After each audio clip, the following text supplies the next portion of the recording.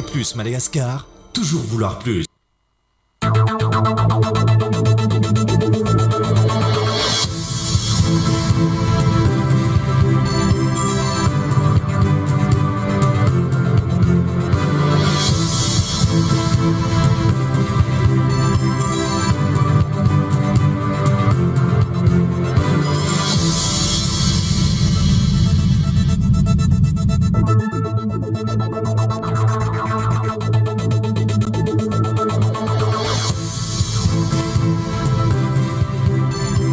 C'est l'heure du journal sur TV+ Madagascar. Mesdames et messieurs, bonsoir et bienvenue dans cette nouvelle édition du journal de TV+ Madagascar. Veuillez rester avec nous jusqu'au terme de cette édition. Voici les titres.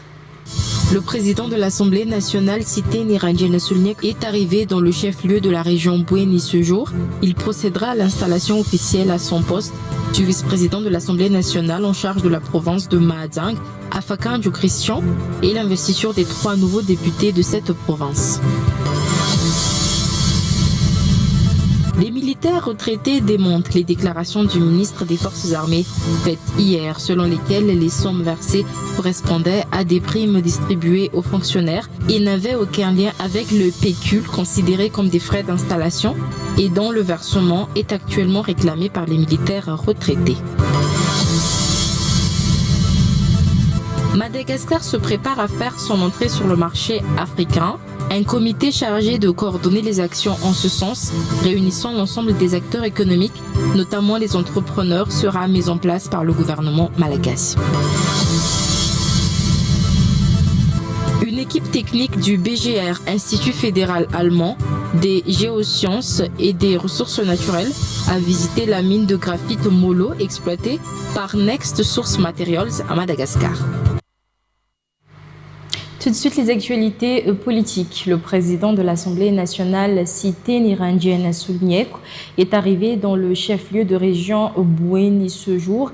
Il procédera à l'installation officielle à son poste du vice-président de l'Assemblée nationale en charge de la province de Mahajanga, Afakan du Christian, et à l'investiture des 3 nouveaux députés de cette province. Le ministre de l'Aménagement du territoire et des services fonciers, le général Lissan René de Roland, restituera également de manière officielle aux citoyens malagasy qui en sont les prioritaires légitimes les terrains qui ont été accaparés par les étrangers en fin de semaine. Le programme du président de la refondation de la République dans le cadre de son déplacement à Mahajanga sera très chargé en cette fin de semaine ainsi qu'au début de la semaine prochaine. Srabartian.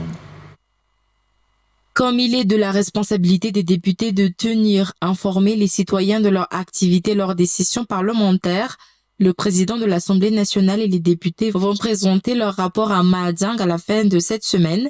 L'installation officielle à son poste du vice-président de l'Assemblée nationale pour la province de Mahajanga, Afakan du Christian, et l'investiture des 3 nouveaux députés, dont celui d'Analalav, celui de Mitinj et celui de Mahajanga 1, sont à l'ordre du jour du déplacement à Mahajanga du président de l'Assemblée nationale, d'après les explications du numéro 1 de l'Assemblée nationale. À part cela, la remise officielle des terrains à leurs propriétaires légitimes malagasy par le ministère de l'Aménagement du territoire et des services fonciers est également un événement très attendu en cette fin de semaine à Mahajanga, et les députés procéderont très prochainement à l'adoption de la loi autorisant la restitution des terres accaparées par les colons au Malagasy, selon Siteni Ranjena Sulniek. Questionné au sujet du contrôle de l'exécutif par le Parlement, le président de l'Assemblée nationale d'indiquer que 11 ministres seront convoqués à l'Assemblée nationale à la fin de la semaine prochaine afin qu'ils puissent répondre aux questions des citoyens recueillis par les députés. Cette initiative entre dans le cadre de la mission des députés relative au contrôle des membres de l'exécutif. Le président de la refondation de la République, le colonel Michael Ranjenerin, honorera de sa présence tous les événements gouvernementaux organisés à Mahajanga à la fin de cette semaine et au début de la semaine prochaine. Les militaires retraités démentent les déclarations du ministre des Forces armées faites hier, selon lesquelles les sommes versées correspondaient à des primes distribuées aux fonctionnaires et n'avaient aucun lien avec le pécule considéré comme des frais d'installation et dont le versement est actuellement réclamé par les militaires retraités.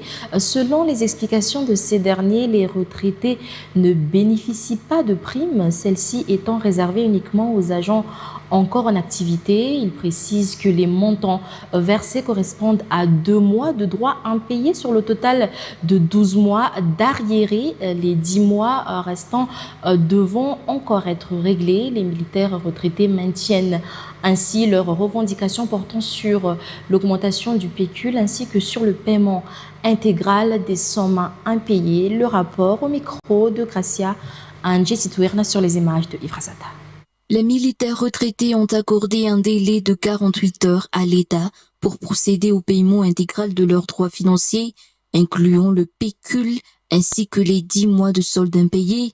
Toutefois, le ministère des Forces armées a déclaré hier que ces paiements ne sont pas prévus dans le budget de l'État et qu'ils ne constituaient pas un droit acquis. Selon le ministre, l'argent que l'État leur a versé l'a été uniquement à titre de primes distribuées aux fonctionnaires et que cela n'a aucun lien avec le pécule ou frais d'installation réclamés actuellement par les militaires retraités. Ces derniers ont cependant rejeté ces affirmations et soutiennent que les sommes perçues correspondent à des droits financiers liés aux soldes impayés et non à des primes. Sur les 12 mois de solde non versés, seule la somme correspondant à 2 mois de solde aurait été réglée, tandis que l'équivalent de 10 mois de solde reste encore impayé, selon leur déclaration. Ils indiquent également qu'une promesse avait été faite concernant un versement tous les 2 mois des indemnités destinées aux militaires retraités, mais que cela n'a pas été respecté. Face à cette situation, ils réaffirment leurs revendications portant sur l'augmentation du pécule, le paiement intégral des droits financiers impayés, ainsi que la publication de la liste de tous les militaires retraités à travers le pays. Une rencontre entre les militaires retraités et le président de la refondation de la République est prévue le 28 mai prochain, selon leur déclaration. Page de l'économie. Madagascar se prépare à faire son entrée sur le marché africain. Un comité chargé de coordonner les actions en ce sens, réunissant l'ensemble des acteurs économiques, notamment les entrepreneurs, sera mis en place par le gouvernement malagasy. Le secteur des produits transformés ainsi que celui du textile et de l'habillement particulièrement porteurs seront les fers de lance de cette stratégie. L'accès libre au marché continental africain représente une opportunité majeure pour Madagascar, un bassin de 1,3 milliard de consommateurs répartis dans 54 pays à proximité immédiate de la grande île. Le marché continental africain représente 1,3 milliard de consommateurs potentiels répartis dans 54 pays.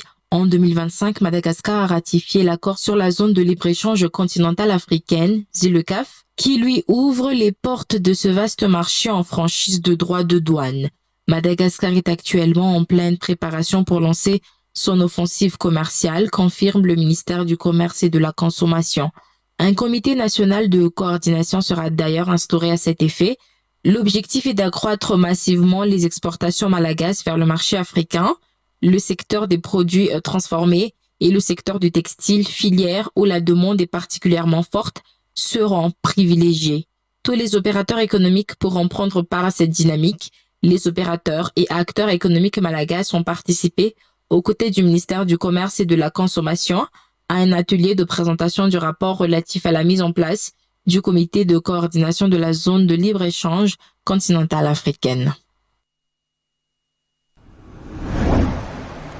Toujours dans la page de l'économie, une équipe technique du BGR, à l'Institut fédéral allemand des géosciences et des ressources naturelles, a visité la mine de graphite mollo exploitée par Next Source Materials à Madagascar. Cette visite a été effectuée afin d'évaluer le potentiel du pays en tant que fournisseur stratégique pour l'Allemagne.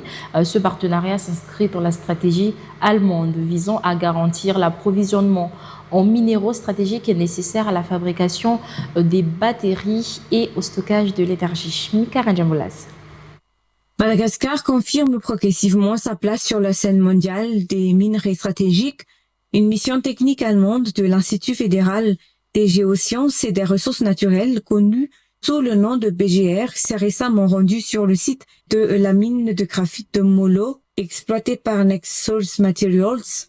L'objectif de cette visite est clair, évaluer le potentiel de Madagascar en tant que futur fournisseur stratégique de graphite pour l'Allemagne dans un contexte mondial marqué par la forte demande en minerais critiques destinés à la fabrication des batteries électriques et aux systèmes de stockage d'énergie. Depuis 2024, Madagascar est devenu le premier producteur africain de graphite, dépassant le Mozambique. Le pays a enregistré une production estimée à 85 000 tonnes en 2024, puis environ 80 000 tonnes en 2025, confirmant ainsi son importance croissante dans la chaîne mondiale d'approvisionnement des matériaux liés à la transition énergétique. Au cœur de cette dynamique se trouve la mine de Molo, un projet stratégique conçu pour produire jusqu'à 17 000 tonnes de graphite par an. Toutefois, malgré ce potentiel important, la production actuelle reste autour de 11 000 tonnes annuelles en raison de contraintes techniques persistantes et de défis opérationnels encore à résoudre. Pour l'Allemagne, cette coopération représente une opportunité majeure de diversifier ses ressources d'approvisionnement et de réduire sa dépendance au marché asiatique, particulièrement dans le secteur des batteries destinées aux véhicules électriques et aux technologies vertes. Pour Madagascar, l'enjeu est également considérable. Le développement de la filière graphite pourrait renforcer les investissements étrangers, stimuler les infrastructures minières, créer des emplois et positionner durablement le pays comme un acteur clé de la transition énergétique mondiale. Mais cette montée en puissance soulève aussi des questions essentielles, comme la capacité à moderniser les infrastructures, à améliorer les performances techniques des sites miniers, mais aussi à garantir une exploitation durable et bénéfique pour les communautés locales. Le graphite malagasy attire aujourd'hui l'attention des grandes puissances industrielles et cette visite allemande pourrait bien marquer une nouvelle étape dans l'intégration de Madagascar au cœur des chaînes stratégiques mondiales des minerais critiques.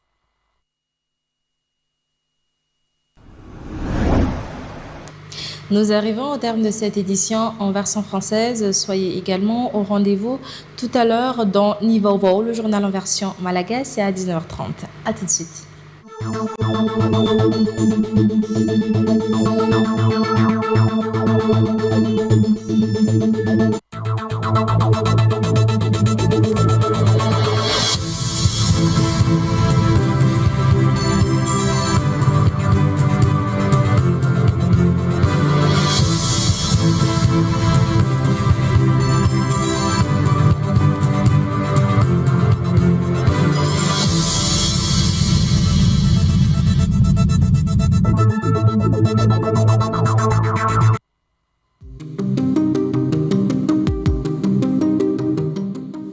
Et plus.